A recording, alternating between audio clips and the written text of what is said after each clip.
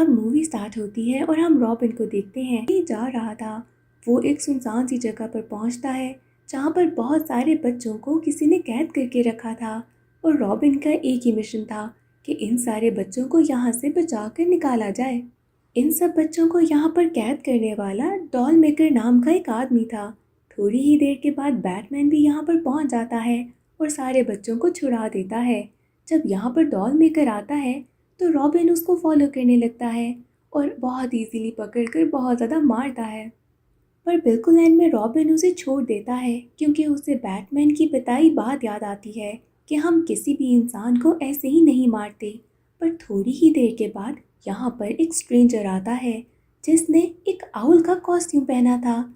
इस आदमी का नाम टैलन था जो कि रॉबिन के सामने ही डॉल मेकर को मार देता है।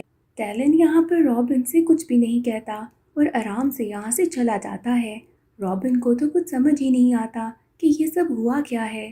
थोड़ी ही देर के बाद बैटमैन उसके पास आता है और उसे लगता है कि शायद रॉबिन ने डॉल मेकर को खुद मारा है। डेमियन बैटमैन को बताता है कि मैंने इसे नहीं मारा, यहाँ पर कोई और आया था। बैटमैन को वहाँ पर आउल का एक फेदर मिलता है जिसके बाद वो समझ आता है कि डेमियन जो बता रहा है वो सच ही बता रहा है। अब इसके बाद ये दोनों घर चले जाते हैं और बैटमैन रॉबिन को मना करता है कि दोबारा ऐसे अकेले तुम कहीं मत जाना, मेरे बगैर तुम्हें ऐसे कुछ नहीं करना चाहिए।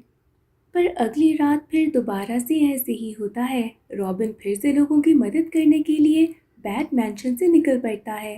पर इस बार बैटमैन ने मैंशन के आसपास बहुत सारे ट्रैकर्स रखे थे जो कि रॉबिन को बाहर नहीं जाने देते और वो बहुत आराम से पकड़ा जाता है।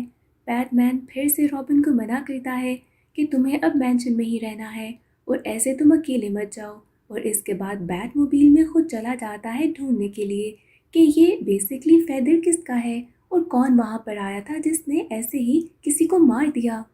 बैटमैन एक म्यूज़ियम में जाता है और यहाँ पर हम सबको एक फ्लैशबैक दिखाई देता है जहाँ पर बैटमैन बहुत छोटा था और उसके डैड उसे कोड ऑफ आउल्स की कहानियाँ सुनाया करते थे, लेकिन वो हमेशा ये कहते थे कि ये सब कहानियाँ हैं और कोड ऑफ आउल्स जैसी कोई चीज़ नहीं। बैटमैन को उससे बहुत डर लगा करता था। पर जब उसके पेरेंट्स की डेथ हुई तब से बैटमैन को लगता था कि कोड ऑफ आउल्स सच में है। उसके बाद बैटमैन ने बहुत रिसर्च की और उनको ढूंढने की भी बहुत कोशिश की थी, लेकिन उसे कुछ भी नहीं मिला। जिसके बाद उसे लग रहा था कि शायद ये सच में सिर्फ कहानियाँ ही हैं और कोड ऑफ आउल्स कुछ भी नहीं। अचानक से म्यूज़ियम में बहुत सारे लोग आते हैं जो कि आउल के कॉस्ट्यूम पहने हुए थे और वो सब के सब बैटमैन पर अटैक कर देते हैं।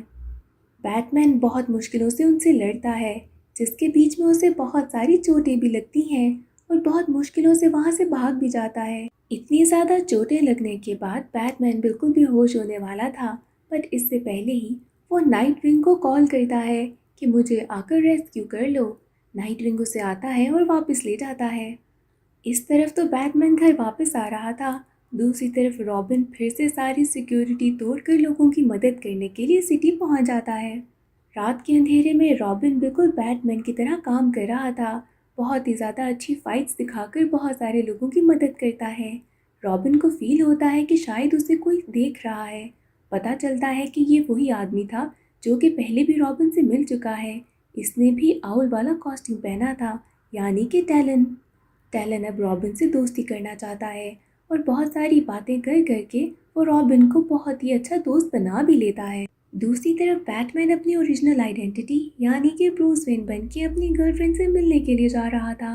रास्ते में काफ़ी देर से वो नोट करता है कि कुछ कार्स उसे कॉन्टिन्यूसली फॉलो कर रही हैं। जब वह बहुत ज़्यादा ध्यान देता है तो वो नोट करता है कि उन कार में आउल वाले कॉस्ट्यूम पहने लोग बैठे हैं जो कि उसे फॉलो किए जा रहे हैं। अब वो बैटमैन भी बन नहीं सकता था क्योंकि वो अपनी कार में था, जिसकी वजह से वो कुछ खास कर नहीं पाता और वो आउल कॉस्ट्यूम वाले लोग उसकी कार को बहुत बुरी तरीके से मारते हैं, जिसके बाद वो बैटमैन को निकाल कर अपने साथ ले जाते हैं। यहाँ पर बैटमैन को जब होश आता है तो देखता है कि वो कोर्ट ऑफ आउल के लीडर के सामने खड़ा है और वो उसे कहता है कि तुम हमें ज्वाइन कर लो। बैटमैन के आसपास बहुत सारे आउल वाले कॉस्ट्यूम के लोग बैठे थे, जिसके बाद बैटमैन को यहाँ पर लड़ना कुछ खास ठीक नहीं लगता और वो उस लीडर से कहता है कि मुझे सोचने के लिए थोड़ा टाइम चाहिए, और यहाँ पर लीडर मान भी जाता है।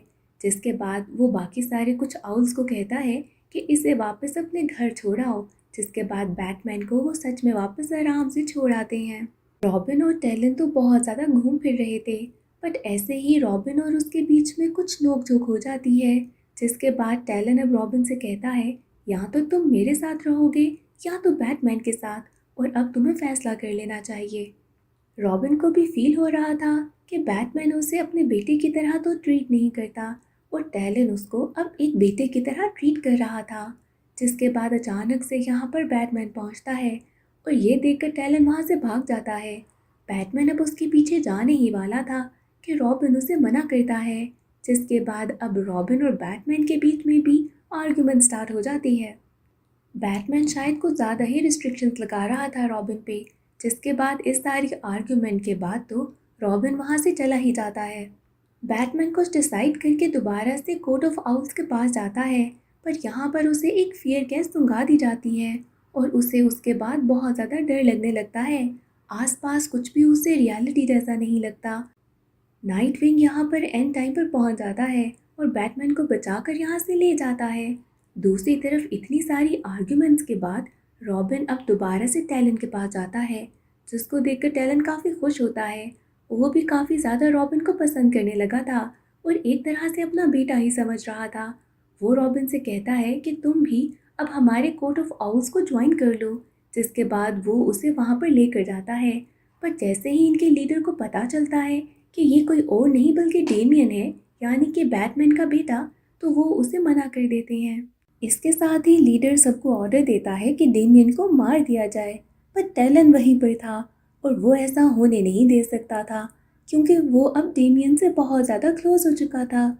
इसके बाद यहाँ पर टैलन और बाकी सारे आउल्स की लड़ाई स्टार्ट हो जाती है, और इसी सब के बीच में टैलन इनके लीडर को मार देता है। यहाँ पर एक और बात रिवील होती है कि यहाँ कोर्ट ऑफ आउल्स का लीडर कोई और नहीं बल्कि बैटमैन की गर्लफ्रेंड थी। अब यहाँ पर लीडर कोई और था नहीं, तो टैलन कोर्ट ऑफ आउल्स का लीडर बन जाता है। इसके बाद टैलन अब डेमियन को अपने साथ मिला लेता है, पर डेमियन देखता है कि कैसे टैलन ने इतने ज़्यादा लोगों को वैसे ही मार दिया, और उसे बैटमैन की बात फिर से याद आती है कि कभी भी किसी को ऐसे ही नहीं मारना चाहिए, और उसे लगता है कि ये सब गलत है, जिसकी वजह से वो टैलन को मना कर देता है। और अब टैलन को बहुत गुस्सा आता है। वो डेमियन को वहीं पर एक जगह पर क्लोज कर देता है। अब यहाँ का लीडर बाकी सबको लेकर चला जाता है बैटमैन के पास उसे मारने के लिए, पर दूसरी तरफ बैटमैन को ये बात पहले से पता थी कि कोर्ट ऑफ आउल्स उसे मारने के लिए ज़रूर आएगा, जिसकी वजह से वो, एल्फ्रेड और नाइट विंग रेडी थे। यहाँ पर ये सब लोग आपस में लड़ने लगते हैं। इतने ज़्यादा लोग थे कि एल्फ्रेड को भी अब इनका मुकाबला करना पड़ता है। टैलन और बैटमैन की बहुत बुरी लड़ाई हो रही थी, इतनी बुरी कि बैटमैन बहुत बुरी तरीके से मार खा रहा था। दूसरी तरफ डेमियन अपना दिमाग लड़ाता है और वहाँ से खुद को फ्री कर लेता है। जिसके बाद वो फ़ौरन बैटमैन के पास पहुँचता है, जहाँ पर जाकर वो देखता है कि टैलन तो बस बैटमैन को मारने वाला है, और अब वो खुद टैलन से लड़ने लगता है। यहाँ पर रॉबिन उसे डराने के लिए एक स्वॉर्ड दिखाता है, जिसको टैलन देख लेता है, और वो खुद उसका हाथ पकड़ के अपनी गर्दन पे लगा देता है, यानी कि खुद को मार देता है। इस बात से रॉबिन बहुत बुरे तरीके से हिल जाता है, क्योंकि आज तक उसने किसी की भी जान नहीं ली थी, और ऐसा देखकर वो बहुत ज़्यादा डर जाता है, क्योंकि उसे पता था ये चीज़ बहुत ज़्यादा गलत थी। बैटमैन देखता है कि अब रॉबिन बहुत ज़्यादा घबराया हुआ है। वो उसे समझाता है कि इसमें तुम्हारी कोई गलती नहीं, अब हमें इस सब चीज़ों को पीछे छोड़ देना चाहिए, तुम मेरे साथ घर चलो। लेकिन अब रॉबिन इस बात के लिए रेडी नहीं था। वो बैटमैन को मना करता है कि मैं घर नहीं जा सकता, मुझे बिल्कुल भी ठीक फील नहीं हो रहा। बैटमैन रॉबिन को ऐसा देखकर उसे समझाता है कि अगर तुम खुद को ढूंढना चाहते हो और इस सब से बाहर निकलना चाहते हो, तो तुम हिमालयाज़ चले जाओ, क्योंकि किसी वक्त जब बैटमैन खुद को ढूंढ नहीं पा रहा था और अपनी लाइफ में बहुत कंफ्यूज था, तो वो भी हिमालयाज़ ही गया था। रॉबिन ये बात सुन लेता है और ऐसा ही करता है, जहाँ पर हम एंड में देखते हैं कि वो हिमालयाज़ में चला गया है। और इसी के साथ ये मूवी एंड हो जाती है।